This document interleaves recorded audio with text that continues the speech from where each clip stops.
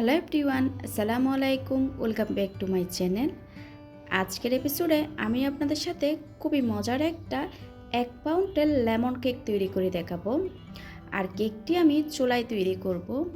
অনেকের বাসায় কিন্তু ওভেন থাকে না। ওভেন না থাকলেও চুলায় আপনারা পারফেক্ট একটা স্পঞ্জ কেক তৈরি করতে পারবেন আজকের রেসিপিটা দেখলে। চলুন তাহলে কথা না বাড়িয়ে রেসিপিটি দেখে নেওয়া যাক।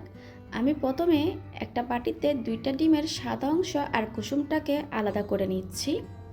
আর বাটিটা যদি ভেজা থাকে অবশ্যই টিস্যু দিয়ে ভালোভাবে মুছে নেবেন, বাটিতে যেন কোনো ধরনের তেল বা পানি না থাকে। আর সাদা অংশে যেন কোনো ধরনের কুসুম না থাকে, এটাও খেয়াল রাখতে হবে। এবার আমি সাদা অংশটাকে একপাশে রেখে দিয়ে শুকনো উপকরণগুলো নিয়ে নিব। আমার এখানে শুকনো উপকরণ লাগবে 1/2 কাপ পরিমাণ। আমি একটু লেবেল করে নিয়েছি। আর আমি তীর ব্র্যান্ডের ময়দাটা নিয়েছি। 1 টেবিল চামচ দিয়ে দিলাম কর্নফ্লাওয়ার। কর্নফ্লাওয়ারটা কেন দেওয়া হয় কিছুক্ষণ পরে আমি বলছি। 1 চা চামচ পরিমাণ বেকিং পাউডার দিয়ে দিয়েছি। এবার শুকনো উপকরণগুলো আমি এক পাশে রেখে দিয়েছি। আবারও আমি সাদা অংশ নিয়ে নিলাম। সাদা অংশটাকে একটা ইলেকট্রিক বিটারের সাহায্যে মিডিয়াম স্পিডে 10 থেকে 15 সেকেন্ড বিট করে নিচ্ছি। আর আমি এখানে 1/2 চা চামচ পরিমাণ হোয়াইট ভিনেগার দিয়ে দিলাম। এবার বিটারটা অফ করে নিয়েছি। এখানে দিয়ে দিচ্ছি 1/2 কাপ পরিমাণ চিনি। আমি 1/2 কাপের চেয়ে একটু কম দিয়েছি। আপনারা যদি মিষ্টিটা বেশি পছন্দ করেন 1/2 কাপ পরিমাণ দিতে পারেন। এবার আবারও আমি ইলেকট্রিক বিটারের সাহায্যে বিট করে নিচ্ছি। আর আমি শুরু থেকে শেষ অবধি পর্যন্ত মিডিয়াম স্পিডে দিয়ে বিট করে নেব। প্রথম ধাপে যে চিনিটা দিয়েছি ওইটা সম্পূর্ণ গলে যাওয়ার পর আমি দ্বিতীয় ধাপে চিনিটা অ্যাড করে দিয়েছি। আমি কিন্তু চিনিটা একবারে দিই নাই, ধাপে ধাপে অ্যাড করছি। আপনারা চাইলে 2 থেকে 3 বার দিয়ে এভাবে অ্যাড করতে পারেন। অনেকে বলে থাকেন চিনিটা কিন্তু দানাদার থেকে যায়, ডিমের ফোমটা হয়ে যায়, কিন্তু চিনিটা মেল্ট হয় না। আপনারা যদি 2 থেকে 3 বার করে অ্যাড করেন তাহলে আপনাদের চিনিটাও সম্পূর্ণ গলে যাবে। আমার ডিমের ফোমটা হয়ে গেছে। যখন এরকম সাদা ফোমে হয়ে আসবে তখন বিটারটা অফ করে দিতে হবে। এবার দিয়ে দিচ্ছি ডিমের কুসুম। আরও দিয়ে দিব 2 টেবিল চামচ পরিমাণ রান্নার রেগুলার তেল, যেটা আমরা সয়াবিন তেল খেয়ে থাকি। এবার এখানে আমি ইমালশন অ্যাড করব। ইমালশনগুলো এরকম কোটাই করে বিক্রি করে 100 গ্রাম 100 টাকা করে। এখান থেকে আমি 1/2 চা চামচ পরিমাণ দিয়ে দিব। আর এই ইমালশনে কিন্তু কালার ফ্লেভার দুইটাই থাকে। আপনারা যে ফ্লেভারে কেক তৈরি করবেন ওই ফ্লেভারটা অ্যাড করতে পারেন। আবারও আমি ইলেকট্রিক বিটারের সাহায্যে মিডিয়াম স্পিডে বিট করে নিব। আমি এটা কিন্তু খুব বেশি বিট করব না। সব কিছু একত্রে ভালোভাবে মিশে গেলে আমি বিটারটা অফ করে দিব। এবার আমি দিয়ে দিচ্ছি শুকনো উপকরণগুলো। অফ ক্যামেরায় কিন্তু শুকনো উপকরণগুলো আমি খুব ভালো মতো করে 2 থেকে 3 বার ছেলে নিয়েছি। এবার এখান থেকে শুকনো উপকরণগুলো দিয়ে দিয়ে আমি একটা বিটারের কাঁটার সাহায্যে মিশিয়ে নিচ্ছি। আমি আলতো হাতে ফোল্ড করে করে মিশিয়ে নিচ্ছি।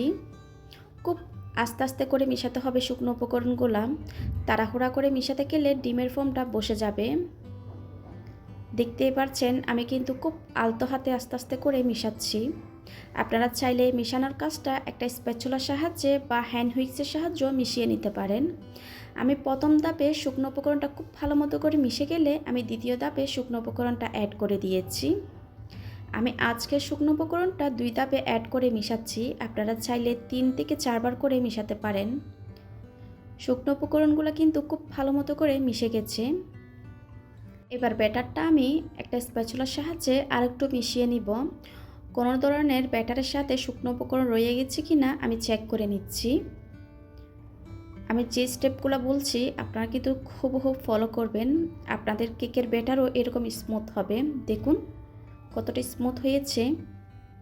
এবার আমি একটা 7 ইঞ্চ মোল্ডে সম্পূর্ণ ব্যাটারটা ঢেলে নিব। মোল্ডে আমি একটা কাগজ বিছিয়ে দিয়েছি। এবার আমি মাঝখান দিয়ে ব্যাটারটা ঢেলে নিচ্ছি। আগে থেকে চুলায় আমি একটা পাতিল বসিয়ে রেখেছি 10 মিনিটের জন্য প্রিহিট হওয়ার জন্য, যেরকম আমরা ওভেনে করে থাকি। এবার সম্পূর্ণ ব্যাটারটা ঢেলে নেওয়ার পর একটু জোরে জোরে ট্যাপ করে আমি চুলায় বেক করার জন্য দিয়ে দিব। আজকে আমি চুলার আঁচটা কতটুকু রেখেছি সেটাও দেখিয়ে দিব।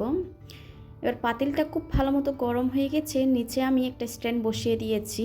সাবধানে আমি কেকের মোল্ডটা পাতিলের মধ্যে বসিয়ে দিয়েছি। এই সময় কিন্তু পাতিলটা অনেক বেশি গরম থাকে।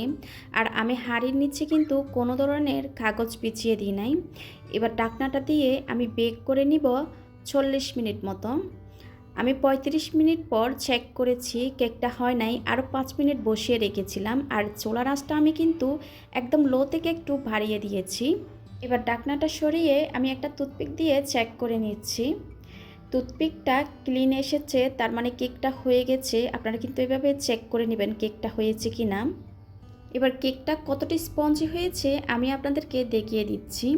উপরে কিন্তু কালার আসে নাই, চুলায় বেক করার কারণে। ওভেনে বেক করলে কিন্তু উপর নিচ দুই দিক দিয়ে কালার আসবে।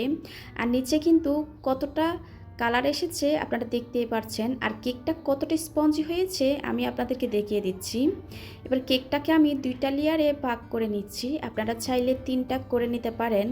দেখলেন তো কত সহজে একটা চুলায় পারফেক্ট কেক তৈরি করে দেখিয়েছি। আশা করি আজকের রেসিপিটা আপনাদের ভালো লেগেছে। ভালো লাগলে প্লিজ আমার চ্যানেলটা সাবস্ক্রাইব করার জন্য অনুরোধ রইল। আজকের মতো বিদায় নিচ্ছি। সবাই খুব ভালো থাকবেন, সবাই সবার জন্য দোয়া করবেন। আল্লাহ হাফেজ।